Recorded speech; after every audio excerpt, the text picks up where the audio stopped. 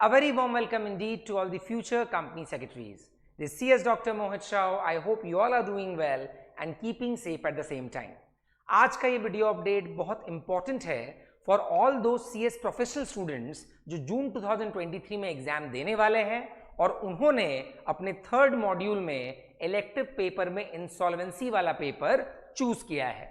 तो इस video update को शुरू से लेकर अंत तक पूरा देखें बिकॉज ये इंपॉर्टेंट है फॉर द अपकमिंग एग्जामिनेशन। इस वीडियो अपडेट के साथ आगे बढ़ने के पहले अगर आप हमारे चैनल में फर्स्ट टाइम आए हैं और अभी तक आपने इसको सब्सक्राइब नहीं किया है तो फटाफट उसे सब्सक्राइब करें और इस वीडियो को ज्यादा से ज्यादा शेयर करें ताकि लोगों को इसका बेनिफिट मिल पाए। ये बोलने का दरकार तो बिल्कुल नहीं है कि हमारे चैनल से बेटर कंटेंट आपको और कहीं नहीं मिलने वाला, तो सब्सक्राइब करना तो डेफिनेटली बनता है और बेल आइकन भी जरूर दबाएं। अब बात करते हैं इस अपडेट को लेकर। जैसा कि आप जानते हैं ICSI टाइम पे सप्लीमेंट्स रिलीज करता है अपनी वेबसाइट पे और अलग अलग इंपॉर्टेंट नोटिफिकेशन रिलीज करता है अपने अपकमिंग एग्जाम्स को लेकर। और स्टूडेंट्स जो पास्ट टर्म में एग्जाम्स दिए हैं, और ये मेरा पर्सनल ऑब्जर्वेशन भी है, जो भी वेबसाइट पे आता है 80 से 90% चांस होता है उसका एग्जाम में आने का। तो जो जितने सप्लीमेंट्स रिलीज हुए हैं फॉर द जून 2023 टर्म, वो स्टूडेंट्स को तो मिस बिल्कुल नहीं करना चाहिए, उसे जरूर कवर करना चाहिए। और आज के इस वीडियो अपडेट में हम उसी में से एक सप्लीमेंट डिस्कस करने वाले हैं जो कि है इंसॉल्वेंसी लॉ एंड प्रैक्टिस के ऊपर, दैट इज मॉड्यूल 3 पेपर 9.8। आगे बढ़ने के पहले एक और बात मैं आपको बता दूं, इस वीडियो के डिस्क्रिप्शन में आपको इस डॉक्यूमेंट का लिंक मिल जाएगा, तो आपको चिंता करने की कोई बात नहीं है। डॉक्यूमेंट का लिंक मिलने के बाद उसका प्रिंट आउट जरूर निकाल लें बिकॉज ये एक इलेक्टिव पेपर है एंड डेफिनेटली जैसा आप जानते हैं इलेक्टिव पेपर का मतलब ओपन बुक एग्जामिनेशन, और एग्जामिनेशन हॉल में आप इसको कंसल्ट कर सकते हैं एंड डेफिनेटली अपकमिंग एग्जाम के लिए ये एक इंपॉर्टेंट अपडेट है। आइए देखते हैं अल्टीमेटली इस सप्लीमेंट में क्या चीजें दी हुई हैं। जैसा कि आप स्क्रीन पे देख पा रहे हैं, दो कंटेंट है इस सप्लीमेंट में। सबसे पहला है lesson 4 that is insolvency resolution of corporate persons. Number 2 है lesson 8 voluntary liquidation of companies. Straight away आते हैं सेकेंड अपडेट पे, दैट इज लेसन 8।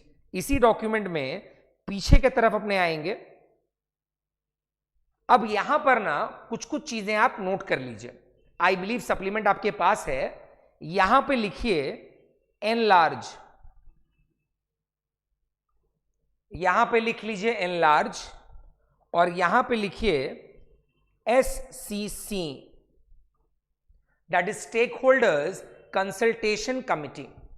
फटाफट लिखें गाइस, यहां पे लिखेंगे SCC और यहां पे लिखेंगे एनलार्ज। अब यहां पर क्या कवर आता है साथ में पढ़ेंगे, अपने समझेंगे और मार्किंग भी लेंगे। यानी अगर आपने इस सप्लीमेंट को इस वीडियो लेक्चर के साथ देख लिया, आपको अलग से कुछ नहीं करना पड़ेगा, everything will be done and dusted.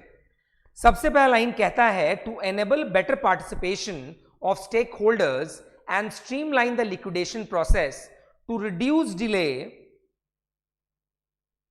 And realise better value. सबसे इंपॉर्टेंट बात, जब आपने इंसॉल्वेंसी पढ़ना चालू किया होगा वहां पर क्लियरली बताया गया था, हमने अपनी रेगुलर क्लासेस में भी बोला था कि मेन मोटिव इंसॉल्वेंसी का सिर्फ पैसा रिकवर करना नहीं है, यहां पर विन विन सिचुएशन करनी है सभी स्टेक होल्डर्स की। यहां पर यही बताया जा रहा है कि जो डिले होता है उसे रिड्यूस करना है और जो वैल्यू है एसेट्स की उसे डेप्रिशिएट नहीं होने देना है, उसका एप्रिसिएशन होना चाहिए या उस पैसे को, उस वैल्यू को प्रिजर्व करना है। तो आई होप आपने मार्क कर लिया better value and reduce delay. Insolvency and bankruptcy board of India amended the liquidation regulation make the following major modification।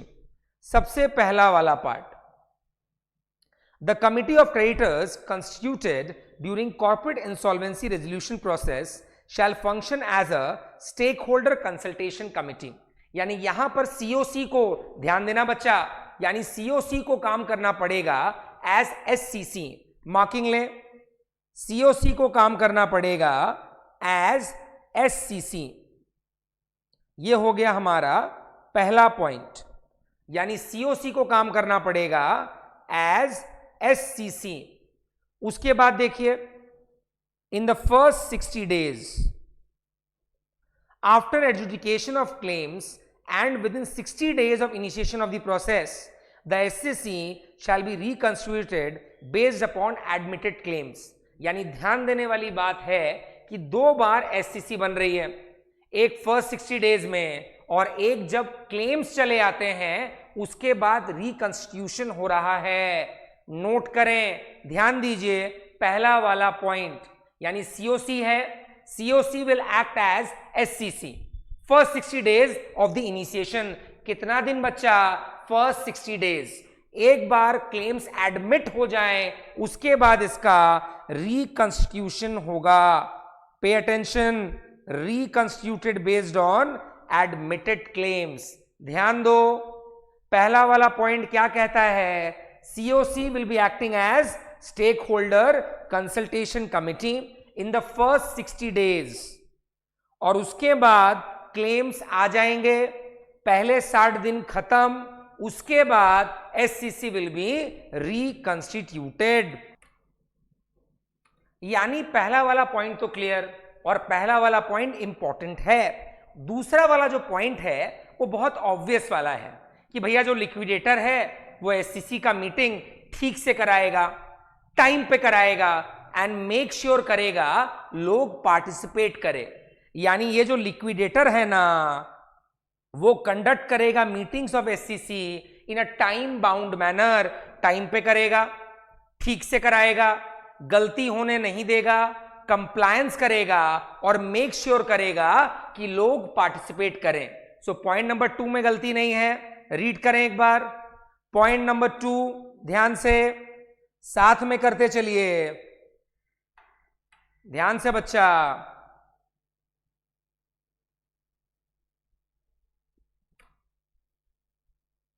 अब point number 3, point number 3 important है तो यहां पे लिख लीजिए इंपॉर्टेंट। जैसा कि आपने देखा लिक्विडेटर का इंपॉर्टेंट रोल है। अब लिक्विडेटर का जो स्कोप है कंसल्टेशन का, आप तो अच्छे से जानते हैं लिक्विडेटर एक मेजर रोल प्ले करता है ये सारे प्रोसेस में। तो यहां पर ना अमेंडमेंट के साथ लिक्विडेशन या लिक्विडेटर का, बेटर टू से लिक्विडेटर का जो स्कोप है एनलार्ज कर दिया गया है। यानी अब छोटी मोटी बात नहीं है और बेटर अप्रोच और बेटर तरीका लाया गया है। सबसे पहली बात कि मान लो एससीसी को यानी स्टेक होल्डर कंसल्टेशन कमिटी को लगता है लिक्विडेटर अच्छा काम नहीं कर रहा है, हम उसको रिप्लेस करेंगे, हटा देंगे। मेरा सवाल तुमसे है, क्या लिक्विडेटर को stakeholder consultation committee replace करवा सकती है? क्या ऐसा प्रपोजल दिया जा सकता है कि हमको हटाना है? The answer is yes.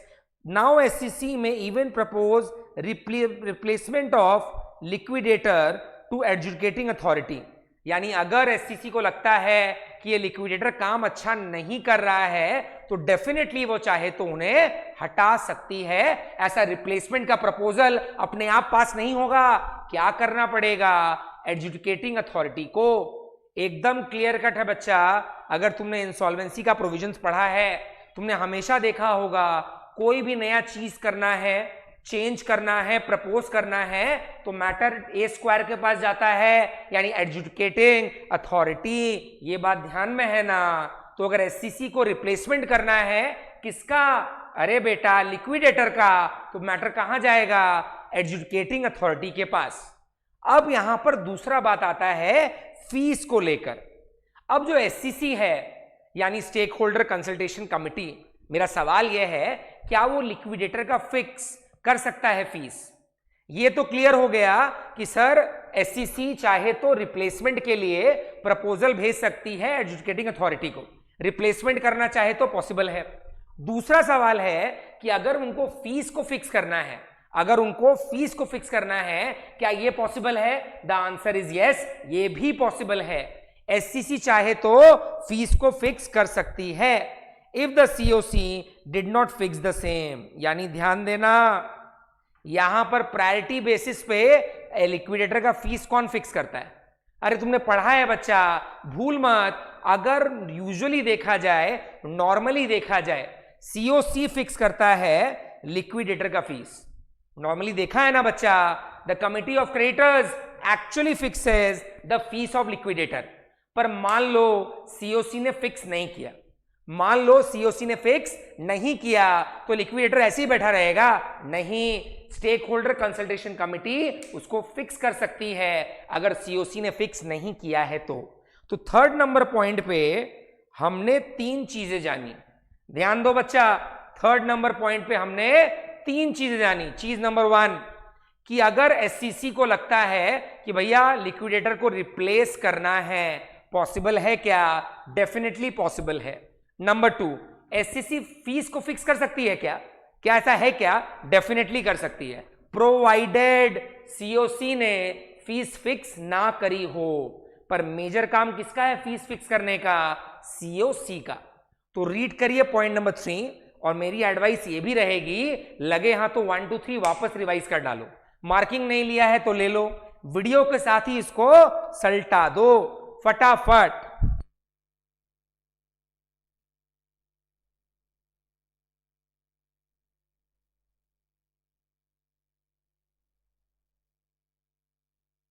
बेटा एकदम पॉइंटर्स को गौर से पढ़िए, ध्यान से।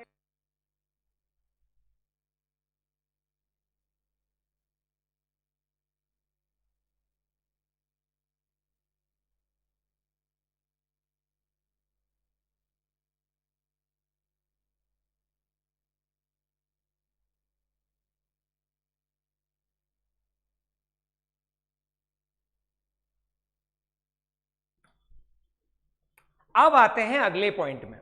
आपने देखा होगा ना, जब आपने इंसॉल्वेंसी के बारे में पढ़ा था कि भैया लिक्विडेटर या जो इंसॉल्वेंसी प्रोफेशनल है, बेटर टू से, वो क्लेम्स लेता है कि भैया अब ये कंपनी सीआईआरपी में जा रही है, लिक्विडेशन में जा रही है, आप लोग अपना अपना क्लेम लॉन्च करिए ताकि हम हिसाब लगा पाए किसको कितना देना है, कौन कितना पाता है।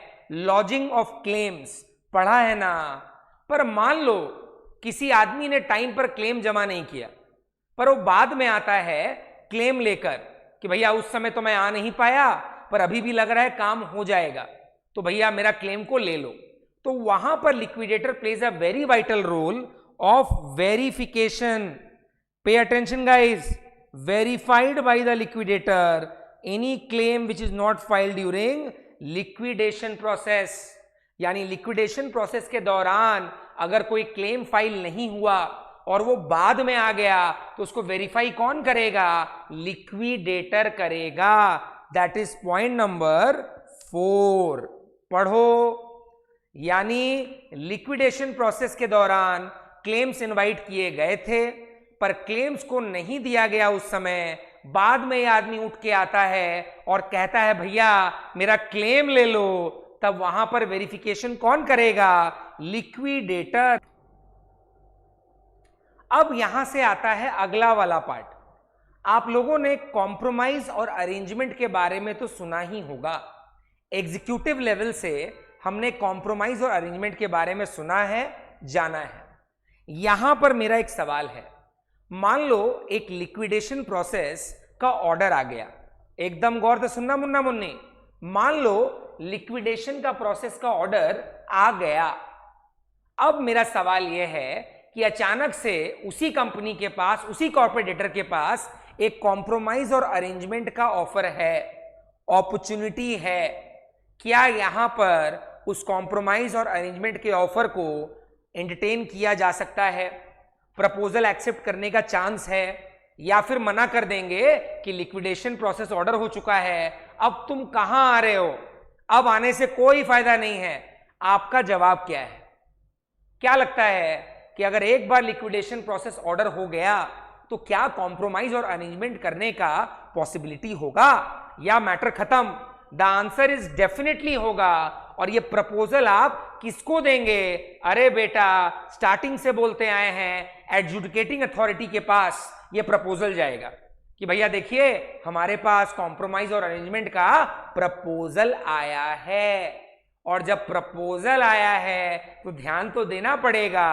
पर यहां पे बच्चा पूछेगा एक सवाल, सर प्रपोजल जो आप बोल रहे हैं हमको एडजुकेटिंग अथॉरिटी को देना है, मान लीजिए ऑर्डर हो गया लिक्विडेशन का और एकदम ऐन मौके पे डेडलाइन वाले दिन टाइम को डिले करने के लिए कोई आदमी आके कहता है या कॉर्पोरेटर खुद बोलता है कि एडजुकेटिंग अथॉरिटी मेरे पास एक प्रपोजल है कॉम्प्रोमाइज और अरेंजमेंट का, क्या उस टाइम पे जमा कर सकते हैं प्रपोजल ए स्क्वायर के पास? The answer is no. यहां पर टाइमलाइन दिया हुआ है, ध्यान दो बेटा, it should be within 30 days of the order of liquidation.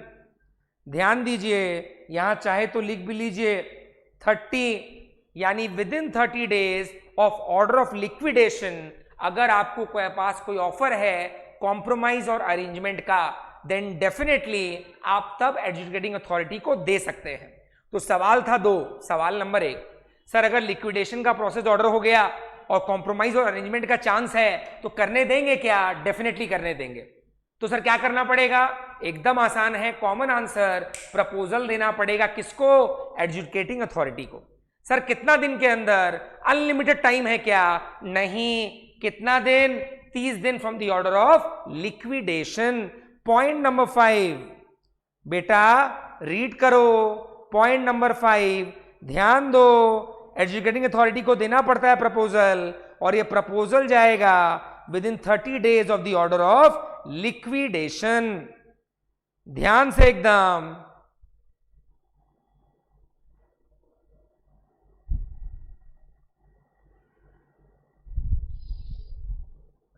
एकदम ध्यान से, 30 days from the order of liquidation, proposal जाएगा एडजुकेटिंग अथॉरिटी को। अब आते हैं बाकी 3 पॉइंट्स के तरफ, इसी चैप्टर 8 वाले में एकदम आसान वाले हैं। नंबर 6 पॉइंट कहता है specific event based timelines have been stipulated for auction process before filing an application for dissolution और closure of the process. SSC shall advise the liquidator the manner in which proceedings in respect of avoidance transaction or fraudulent or wrongful trailing shall be perused after closure of liquidation proceeding। यानी SSC ही guide करेगी, advice करेगी liquidator को कि भैया अगर जब कोई liquidation closure हो जाता है तब उसके बाद अगर कोई गड़बड़ होती है, रॉन्गफुल ट्रांजैक्शन होता है, फ्रॉडुलेंट ट्रांजैक्शन होता है, तब क्या करना पड़ेगा। And number 8 point, the amendment liquidation regulation and amended voluntary liquidation regulation further lay down the manner and period of retention of records relating to liquidation and voluntary liquidation of a corporate debtor और corporate respectively. यानी यहां पर अगर आप देखें जो important pointers हैं, हालांकि इंपॉर्टेंट बताने का दरकार नहीं है, ये पूरा प्रिंट आउट आपके साथ एग्जामिनेशन हॉल में होगा, बट स्टिल थोड़ा ध्यान देने वाला बात इसलिए भी है कि बाकी जहां पर ये चैप्टर है लाइक CRI वाले पोर्शन में या फिर और किसी सब्जेक्ट में अगर इंसॉल्वेंसी वाला पार्ट कवर हो रहा है तो ये चीजें वहां भी पूछी जा सकती हैं। एंड वो भी बात है कि वो सब्जेक्ट्स ओपन बुक नहीं है। तो ध्यान देने वाला पॉइंट कौन सा है? नंबर 1 इंपॉर्टेंट है, नंबर 2 इंपॉर्टेंट है, नंबर 3, नंबर 4 एंड नंबर 5। यानी ये 5 तो बहुत इंपॉर्टेंट रहेंगे एग्जामिनेशन पॉइंट ऑफ व्यू को लेकर। यानी पार्ट बी वाला यानी चैप्टर 8 कवर्ड है। मेरी एडवाइस है बच्चों से जो इस वीडियो रिकॉर्डिंग को देख रहे हैं हमारे चैनल पे, वीडियो को पॉज करके एक बार ये पूरा पार्ट रिवाइज कर लें, उसके बाद वीडियो को वापस रिज्यूम करें जहां हम कवर करेंगे चैप्टर 2। फटाफट आ जाएं, सॉरी चैप्टर 2 में, sorry lesson 4, not chapter 2, lesson 4, right. तो लेसन 4 में आ जाइए डॉक्यूमेंट में हमारे। चलिए, तो लेसन 8 डन। अब आते हैं लेसन 4 के तरफ। यहां पर स्टार्ट करने के पहले आप ये पोर्शन वाली मार्किंग ले लीजिए जो आप स्क्रीन पे देख पा रहे हैं, राइट। डेफिनेटली इंपॉर्टेंट तो है ही, पर एक बार मार्किंग ले लीजिए, राइट। इसे हम रीड करेंगे अभी क्लास में साथ में ही, बट पहले मार्किंग ले लो। यानी ऐसा प्रिपरेशन करना है, ऐसा कवर करना है इस वीडियो लेक्चर में ताकि बाद में कवर करने का झंझट ना रहे।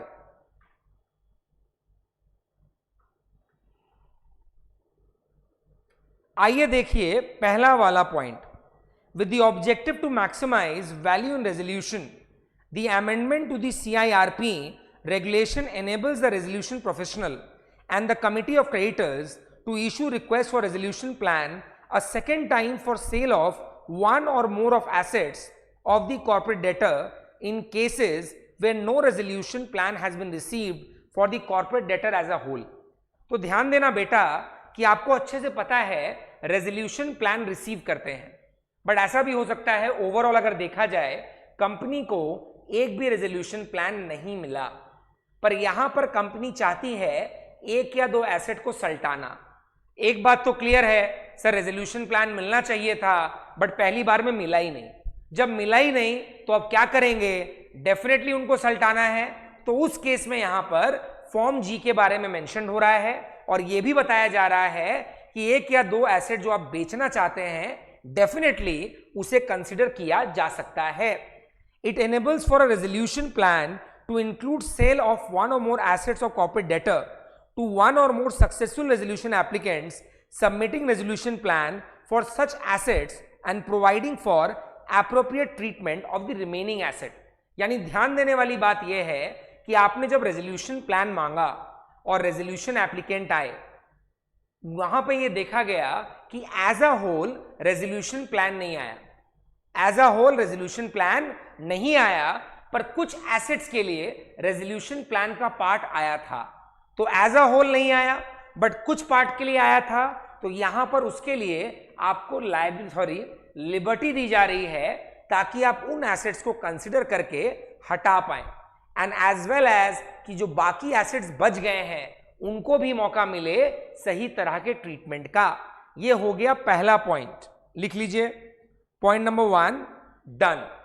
एक बार रीड करिए ध्यान से बेटा, टेक फ्यू सेकेंड्स, एक बार पढ़ लीजिए।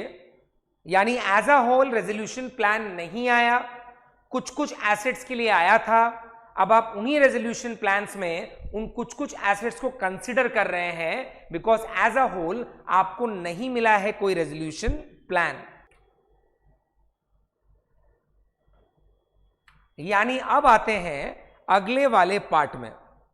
To improve the value received in the resolution plan the amendment to the CIRP regulation enables marketing of assets of the corporate debtor.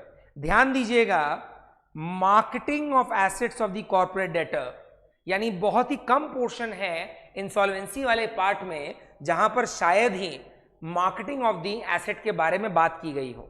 और यहां पर अमेंडमेंट इसलिए भी लाया गया है कि जो एसेट्स का वैल्यू है वो अच्छा मिले कॉर्पोरेट डेटर को। नहीं तो कितनी बार क्या होती है ना कि लोगों को पता ही नहीं चलता है कि किसी कॉर्पोरेट डेटर का एसेट्स नीलामी में है या बेचकर पैसा रिकवर करना चाहते हैं, और लैक ऑफ इंफॉर्मेशन के कारण कितनी बार अच्छे पैसे नहीं मिल पाते उन एसेट्स के लिए। तो इस बार क्या किया गया है, मार्केटिंग वाले पार्ट पे ध्यान दिया गया है कि भैया जो एसेट बिकने वाला है, जो एसेट सल्टाने वाले हैं, उसका प्रॉपर मार्केटिंग करो ताकि जो भी इंटरेस्टेड हो, प्रोस्पेक्टिव बायर हो, प्रोस्पेक्टिव एप्लीकेंट हो, वो प्रॉपर टाइम पे आकर इंफॉर्मेशन के साथ सही दाम लगा पाए। अदरवाइज सस्ते में माल निकल जाता है और एक हद तक नुकसान ही तो हुआ। आइए नीचे, it provides for formulating a strategy for marketing of assets of CD in consultation with COC to disseminate information about the asset to a wider and target audience of potential resolution applicant। यानी सीधी सी बात है कि भैया जब तक asset के बारे में पता नहीं चलेगा, प्रॉपर मार्केटिंग नहीं होगी, तो मौका कैसे मिलेगा सभी पोटेंशियल एप्लीकेंट्स को आगे आकर इन एसेट्स पे दाव लगाने का। आइए नीचे, the amendment also enables a longer time for the asset in the market as the invitation for expression of interest in Form G has been advanced to the 68th day from the insolvency commencement date। ध्यान देना, यहां पर ध्यान देने वाला term है Form G 68th day from the insolvency commencement date। Marking लो, ध्यान से बेटा, form G 68th day from the insolvency commencement date. अब यहां पर ना फॉर्म जी को एकदम ध्यान देना बेटा, फॉर्म जी को और यहां पर ज्यादा इलाबरेट किया गया है ताकि और ज्यादा इंफॉर्मेशन मिल पाए एक्सप्रेशन ऑफ इंटरेस्ट के लिए। ध्यान दो, वापस से इस लाइन को पढ़ो। We are talking about marketing of assets, we are talking about form G, we are talking about 68th day from insolvency commencement date. We are also talking about more relevant information for expression of interest. ध्यान दीजिए बच्चा, more relevant information for expression of interest. Now I am giving you 30 seconds का time. फटाफट एक बार point number 1 and point number 2 को वापस revise कर लीजिए ताकि एकदम कॉन्क्रीट अंडरस्टैंडिंग हो जाए। फटाफट मार्किंग को एक बार पढ़ें, फिर आगे बढ़ेंगे। फटाफट पढ़ें गाइस।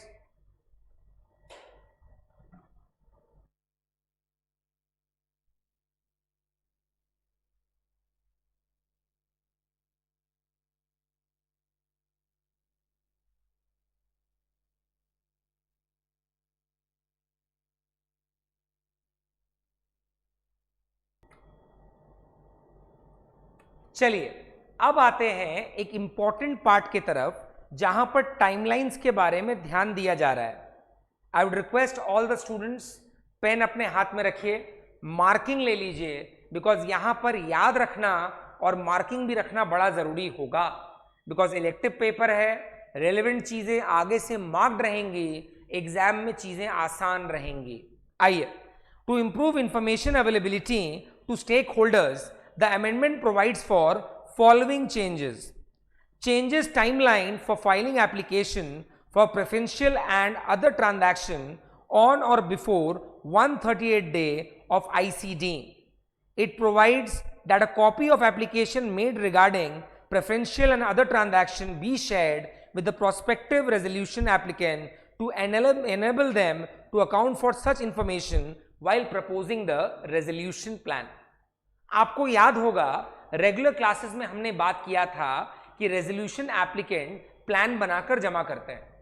यहां पर कहा जा रहा है कि जो प्रोस्पेक्टिव एप्लीकेंट्स हैं उनको तो प्रॉपर इंफॉर्मेशन देना पड़ेगा ना कि भैया ये कंडीशन है, ये सिचुएशन है, ऐसा ऐसा हो चुका है, ये बैकग्राउंड है, तभी ना वो लोग रेजोल्यूशन प्लान दे पाएंगे। तो जब तक उनको इंफॉर्मेशन नहीं मिलेगा वो प्लान को बनाएंगे कैसे और सबमिट कैसे करेंगे। तो ये जो इंफॉर्मेशन देने वाली बात है इन रेजोल्यूशन एप्लीकेंट को, उसके लिए टाइमलाइन कहा गया है ऑन और before the day of ICD, 138th day of ICD. नीचे आइए, अगला है changes the timeline for submission of information. एक काम कीजिए, पहले इस वाले पार्ट को मार्क कर लीजिए, मार्क कर लें।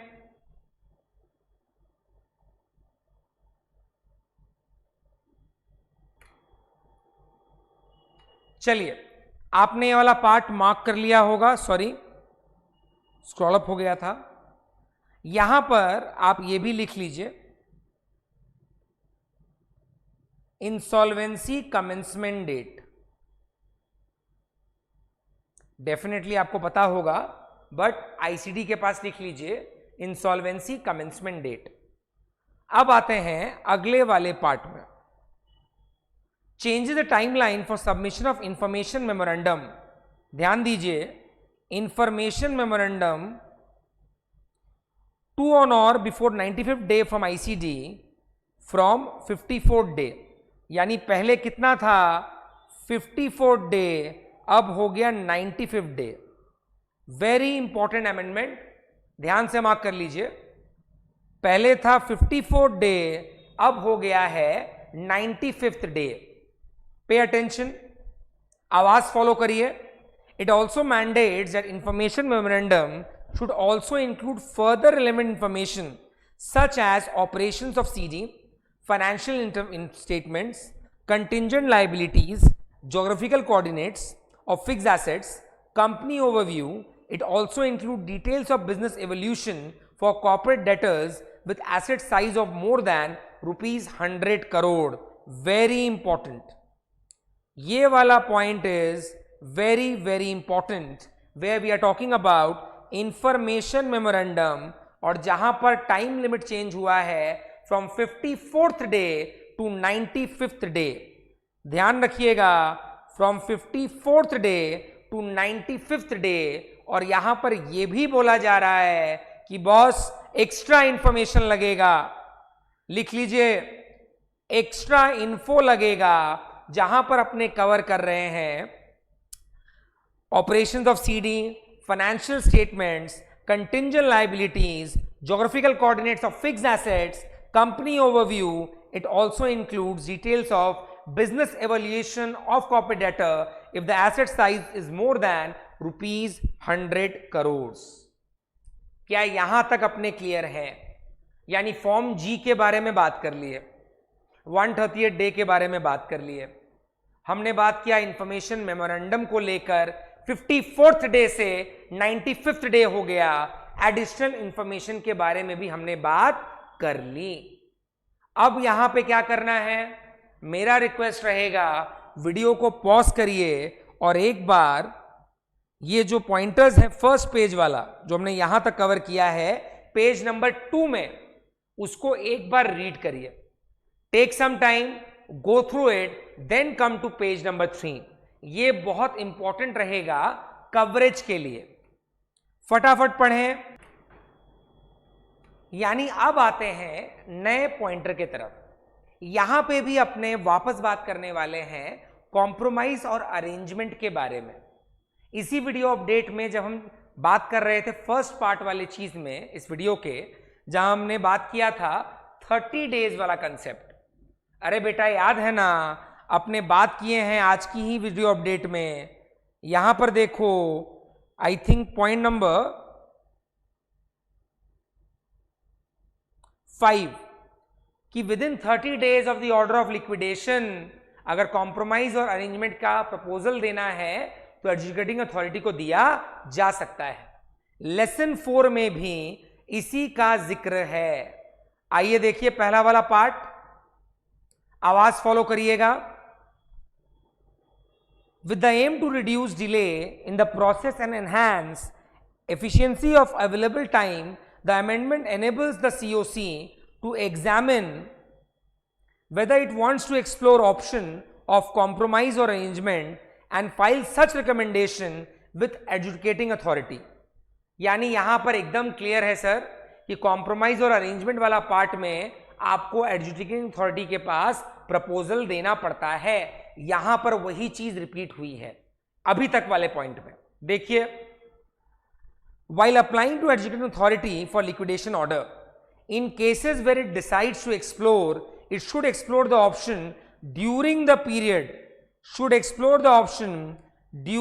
period, order for liquidation is awaited from the adjudicating authority. यानी यहां पर कहता है कि हे भगवान, हे कॉर्पोरेट डेटर, अगर तुमको लगता है कि तुमको अरेंजमेंट या कॉम्प्रोमाइज में जाना है तो ये पॉसिबिलिटी तुम इसी टाइम पीरियड के दौरान करो. The amendment also introduces guiding factors that may be considered bye COC while making an early decision to liquidate the company. यानी अगर COC को लगता है कि भैया कुछ होने वाला नहीं है, हमको लिक्विडेट कर देना है, तो वहां पे भी गाइडिंग फैक्टर्स के बारे में मेंशन किया गया है. मार्किंग जैसा मैं कर रहा हूं वैसा ही करें ताकि कीवर्ड्स मिस ना हो जाए. It also provides that the reasons be recorded based on this factors and presented to as a part of application for liquidation. यानी एकदम क्लियर है कि एडजुडिकेटिंग अथॉरिटी को सारा इंफॉर्मेशन देना पड़ता है, अप्रूवल लेना पड़ता है, कंसेंट लेना पड़ता है. तो अगर आपको अर्ली लिक्विडेशन भी करना है, देन इन दैट केस आपको यहां पे भी एडजुडिकेटिंग अथॉरिटी को बताना पड़ेगा. और सबसे इंपॉर्टेंट बात, गाइडिंग फैक्टर्स को फॉलो करना पड़ेगा. अंडरलाइन बोल्ड कर लीजिए, गाइडिंग फैक्टर्स को फॉलो करना पड़ेगा. आइए अगले वाले पॉइंट में, यहां पे अपने बात करेंगे एक कॉमन ईमेल एड्रेस को लेकर। यानी जब भी आप कम्युनिकेशन करते हैं, कौन मतलब लिक्विडेटर, कि आपको लोगों को मैसेज देना है, इंफॉर्मेशन देना है, अपडेट देना है, कुछ भी पास ऑन करना है, इन दैट केस आपको एक बात तो क्लियर रखनी पड़ेगी, एक कॉमन मेल आईडी बना लीजिए। कॉमन मेल आईडी बनाने से क्या होगा कि कल अगर लिक्विडेटर बदल भी गया तो वो इस कॉमन मेल आईडी को नए वाले लिक्विडेटर को पास ऑन कर देगा, ताकि किसी भी तरह का इंफॉर्मेशन मिस ना हो, बर्बाद ना जाए। देखो, to make resolution process more transparent and robust, the amendment provides for a common email address be used throughout the CRP. यानी एक कॉमन ईमेल एड्रेस आप यूज करेंगे पूरे सीआईआरपी प्रोसेस में। The liquidation of a CD and this email needs to be handed over to the succeeding IP conducting the process. यानी यहां पर बहुत इंफॉर्मेशन है कि भैया अगर ट्रांसपेरेंसी मेंटेन रखना है, लॉस ऑफ डेटा को अवॉइड करना है, तो एक कॉमन ईमेल आईडी तो होना चाहिए। कॉमन ईमेल आईडी ही फॉलो करिए इस पूरे कॉर्पोरेट इंसॉल्वेंसी रेजोल्यूशन प्रोसेस में। और कल अगर लिक्विडेटर बदल गया, इंसॉल्वेंसी प्रोफेशनल बदल गया, तो इस ईमेल आईडी को पास ऑन करेगा to the new insolvency professional. आइए नीचे, द IRP or RP to communicate to the creditors of corporate debtor as per the last available books of accounts, the public announcement and invite claims through post or electronic means। यानी बहुत important बात है कि भैया देखिए, जो information है वो ट्रांसपेरेंट होना चाहिए, एंटायर मैकेनिज्म रोबूस्ट होना चाहिए।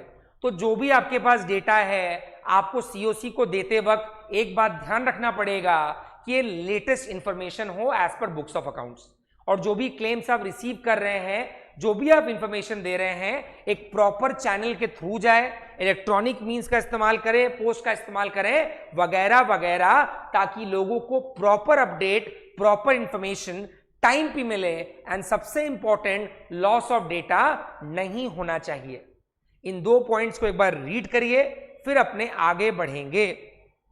जो एडवांटेज आपको मिल रहा है लेक्चर के साथ ही पढ़ लेने का, उस एडवांटेज का पूरा फायदा उठाएं, फॉरवर्ड ना करें और साथ में रीड करते चलें।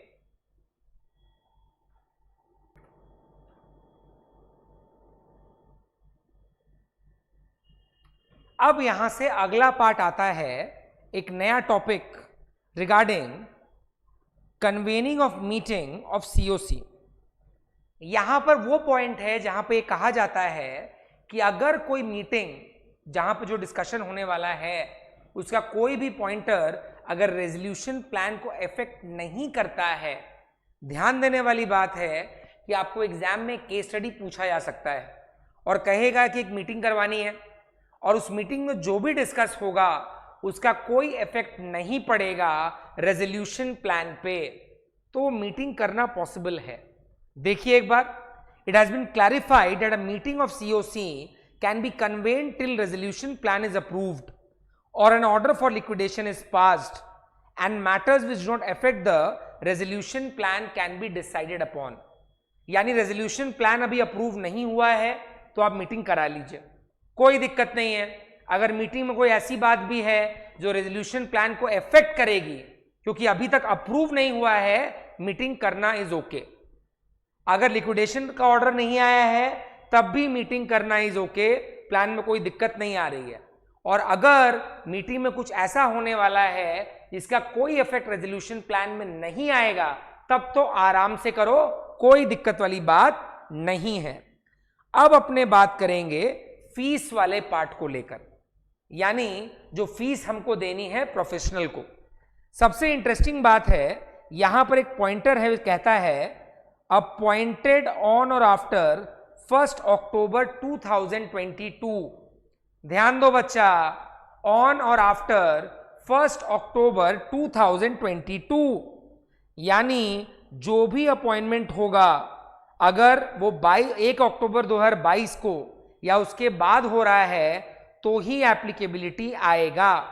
क्या कहता है, shall be decided by the applicant और committee in accordance with the said amendment. तो यानी एग्जाम में तुमको एक केस स्टडी दिया और केस स्टडी में बोला अपॉइंटमेंट 1 अक्टूबर 2022 का है, तो आपके दिमाग में क्या स्ट्राइक करेगा?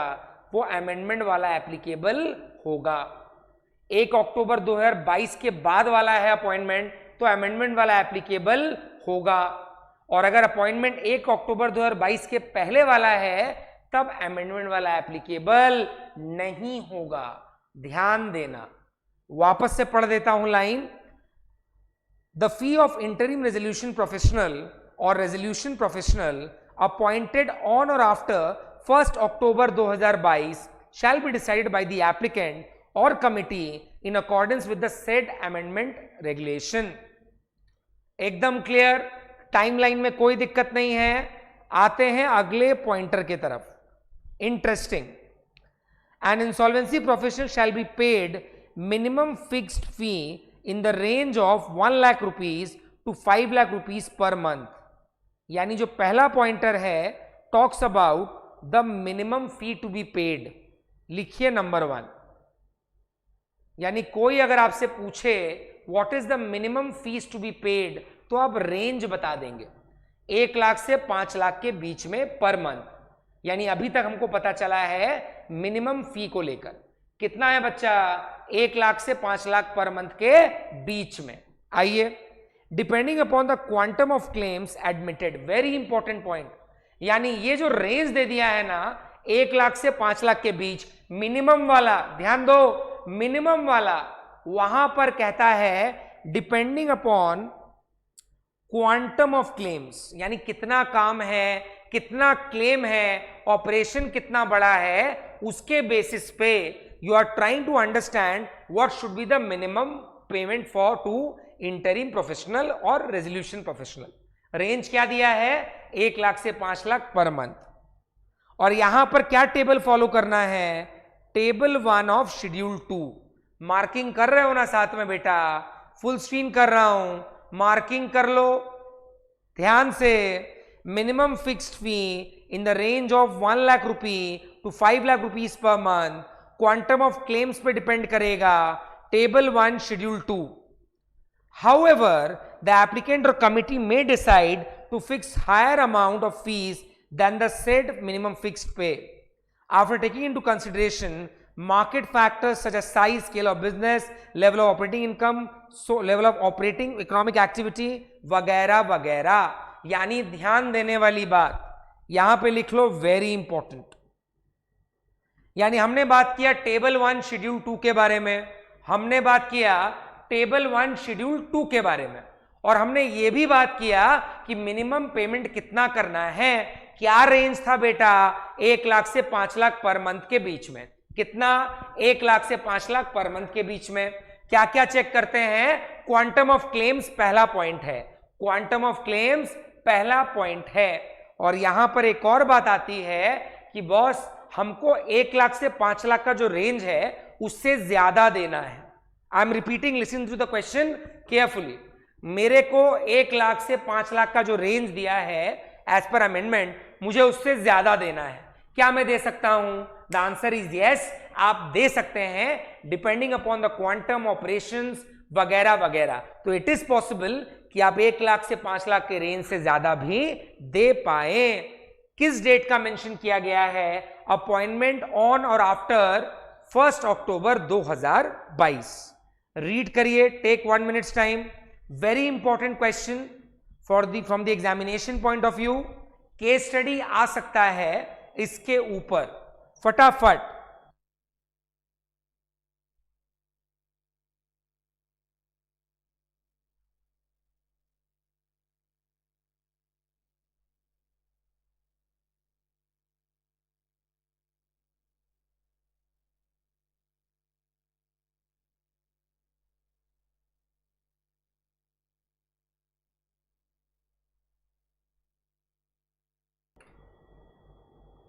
यानी हमने बात कर लिया नॉर्मल फीस को लेकर।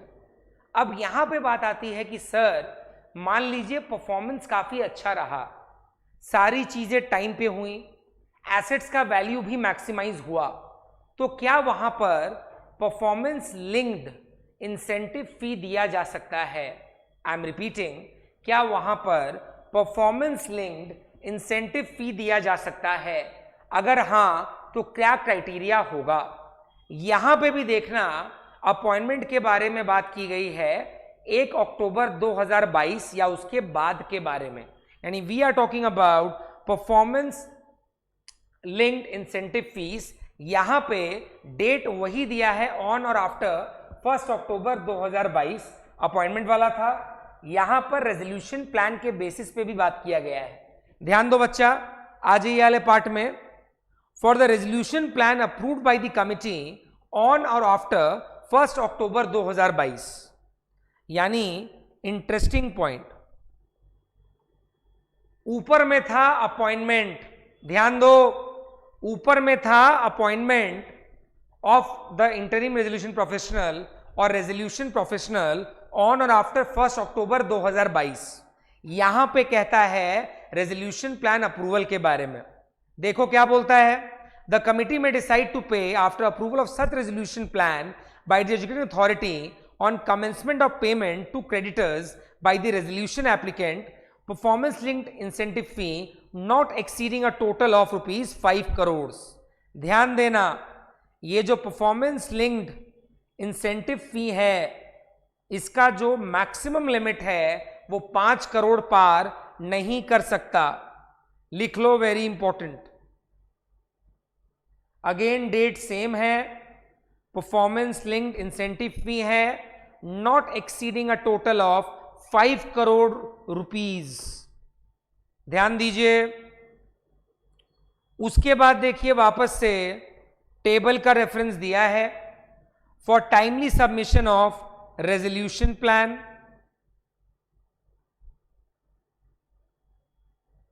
to educating authority as specified in table 2 of schedule 2 to the said amendment regulation for value maximization at the rate of 1% of the amount by which the realizable value is higher than the liquidation value, यानी 1% आपको मिलेगा जितना difference amount है, यानी रिलायजेबल value अगर 100 है, liquidation value 80 था, तो 20 रुपए पे 1% मिलेगा।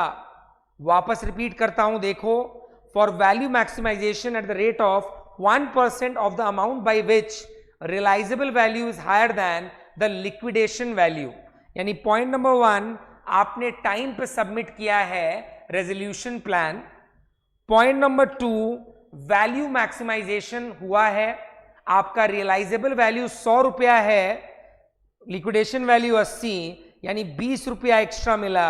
इस 20 रुपए पे 1% आपको मिल जाएगा, other than the above as the committee may deem necessarily, यानी here we are talking about performance linked scheme, और क्लियरली बोला गया 5 करोड़ से ज्यादा नहीं दे सकते। डेट क्या है अप्रूवल ऑफ रेजोल्यूशन प्लान का? ऑन और आफ्टर 1 अक्टूबर 2022। आपका for timely submission of resolution plan for value maximisation और कोई अदर टॉपिक जो सीओसी को लगता है नेसेसरी है।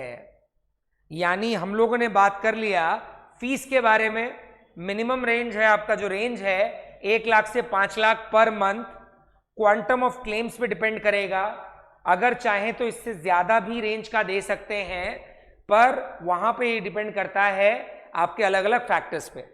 फिर हमने बात किया परफॉर्मेंस लिंक्ड इंसेंटिव के बारे में, जो कि 5 करोड़ से ऊपर का नहीं हो सकता। ऑन और after 1 October 2022 resolution plan approval, timely submission of resolution plan, value maximisation 1% मिलेगा आपके डिफरेंस अमाउंट पे, और कोई अदर टॉपिक जो सीओसी चाहे जो इंपॉर्टेंट है। गिविंग यू 1 मिनट्स टाइम, फटाफट ये जो पोर्शन है मिनिमम रेंज वाला और इंसेंटिव प्लान वाला गो थ्रू करिए, वीडियो के साथ ही इसे परफेक्ट बना लीजिए। फटाफट ध्यान से पढ़िए गाइस, एकदम ध्यान से।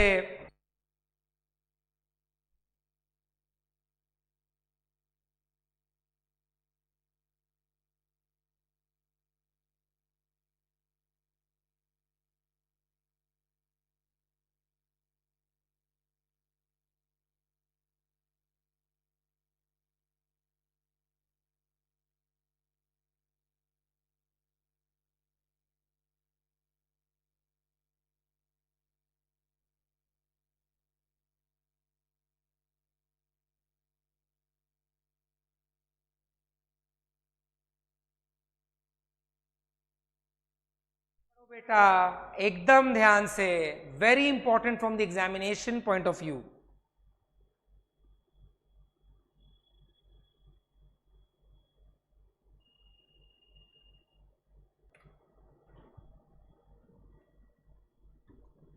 अब आते हैं इसके अगले वाले पार्ट में।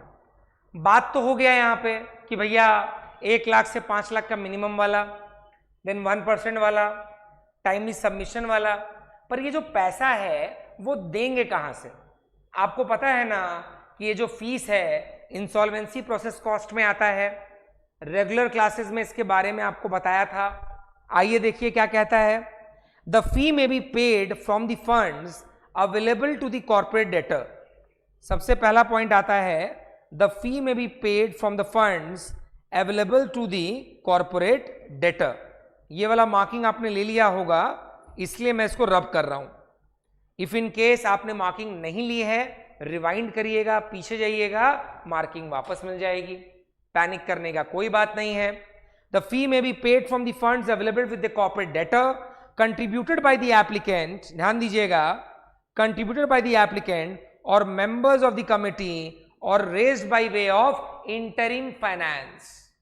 इंटरिम फाइनेंस के बारे में ऑलरेडी आप जानते हैं, जो हमारे रेगुलर बैच के बच्चे हैं, इंटरिम फाइनेंस के बारे में एक अच्छा खासा डिस्कशन हमने अपने रेगुलर क्लासेस में किया है। ये तो बस सप्लीमेंट को डिस्कस कर रहे हैं। आइए फटाफट अगले वाले पेज में। And the same shall be included in the insolvency process cost. जाहिर सी बात है तो उसको भी इंक्लूड करेंगे इंसॉल्वेंसी प्रोसेस कॉस्ट में। अब यहां से नोटिंग करना है अपने को रेगुलेटरी फी के ऊपर, प्रॉपर ध्यान दीजिएगा। अ regulatory fee calculated eight 0.25% of the realizable value to creditors under the resolution plan approved under section 31। यानी ये जो है 0.25 उसका कैलकुलेशन होगा रिलाइजेबल वैल्यू के बेसिस पे एज पर सेक्शन 31।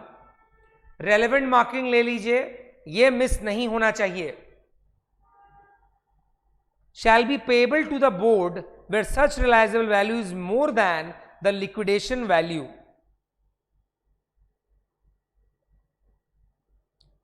यानी ये जो पैसा है ये बोर्ड को देंगे 0.25% in the name of regulatory fee, पर प्रोवाइडेड लिक्विडेशन वैल्यू कम होना चाहिए और रिलायबल वैल्यू ज्यादा, तभी आपका 0.25% दिया जाएगा। और यहां पे भी देखो वही टाइमलाइन, यानी टाइमलाइन याद करने में दिक्कत है क्या? बिल्कुल भी नहीं। 1 अक्टूबर 2022 या उसके बाद 0.25% अगर रिलायजेबल वैल्यू ज्यादा है लिक्विडेशन वैल्यू से, और ये पेमेंट होगा in the name of regulatory fee, किसको? बोर्ड को। आ जाओ नीचे, the next part, a regulatory fee calculated at the rate of 1%। यानी अब अपने बात कर रहे हैं 1% रेगुलेटरी फी के ऊपर। यानी पहला वाला रेगुलेटरी फी था 0.25%, दूसरा वाला बात कर रहे हैं 1%। बच्चा लोग कंफ्यूज मत होना, इसके पहले वाला पार्ट जो 1% अपने कैलकुलेट किए थे that was performance linked incentive, वो अलग है, ये अलग, ये रेगुलेटरी फी है।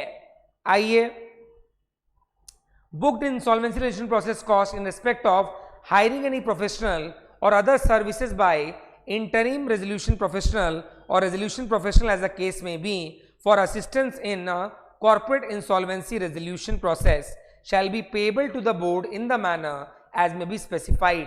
यानी ध्यान देना, आपको तो पता ही है जब IRP आएगा, IP आएगा, यानी इंसॉल्वेंसी प्रोफेशनल आएगा, ऐसा पॉसिबल है कि भैया प्रोसेस के दौरान हमको बाहर से किसी एक्सपर्ट का मदद लेना पड़े, हमको बाहर से किसी से कंसल्ट करना पड़े कुछ कुछ मैटर्स पे जो इंसॉल्वेंसी प्रोफेशनल हैंडल नहीं कर पाता, या डिमांड होती है सिचुएशन की कि बुलाना पड़ेगा, तो वो आदमी जो आएगा फ्री में काम थोड़ी करेगा, उसको भी पेमेंट करना पड़ता है। और यहां पे बोलता है 1% और पेमेंट जाएगा स्ट्रेट अवे बोर्ड के पास।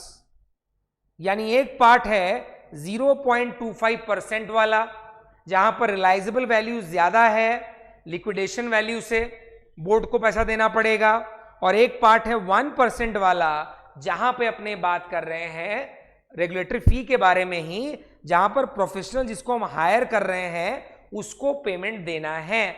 गौर से देखिए, आवाज को फॉलो करिए। हम लोग बात कर रहे हैं रेगुलेटरी फीस को लेकर, और रेगुलेटरी फीस में दो पार्ट दिया गया है, एक है 0.25%, दूसरा है 1%। 0.25% कब आया? जब रिलाइजेबल वैल्यू ज्यादा है लिक्विडेशन वैल्यू से, बोर्ड को देना पड़ता है। ये 1% वाला कब आया? जब किसी प्रोफेशनल को हमने हायर किया था कोई असिस्टेंस के लिए इन द प्रोसेस, यहां पे आ गया 1%। तो गाइज इसी के साथ सप्लीमेंट पूरी तरह topic wise topic line by line हमने किया है कंप्लीट। अगेन इस वीडियो लेक्चर के खत्म होते ही मेरी रिक्वेस्ट रहेगी, जितना मार्किंग कराया है, जितना समझाया है, एक बार पूरा डॉक्यूमेंट वापस से पढ़ लें ताकि पूरी तरह से दिमाग में क्लैरिटी हो जाए और पूरी तरह से डिस्कशन वापस से रिफ्रेश हो जाए। तो इस वीडियो अपडेट में बस इतना ही। सारे बच्चों को जो एग्जाम दे रहे हैं जून में, all the best to them. And अगर कोई इंपॉर्टेंट अपडेट का रिक्वायरमेंट रहेगा, कवरेज का रिक्वायरमेंट रहेगा, हम जरूर लेके आएंगे। वापस से कहने की दरकार तो बिल्कुल नहीं है, पर फिर कह देता हूं कि इस वीडियो को ज्यादा से ज्यादा शेयर करें, अलग अलग ग्रुप्स में शेयर करें, फ्रेंड्स के साथ शेयर करें ताकि उनको भी इसका बेनिफिट मिल पाए। तो इस वीडियो अपडेट में बस इतना ही। Take care, bye bye.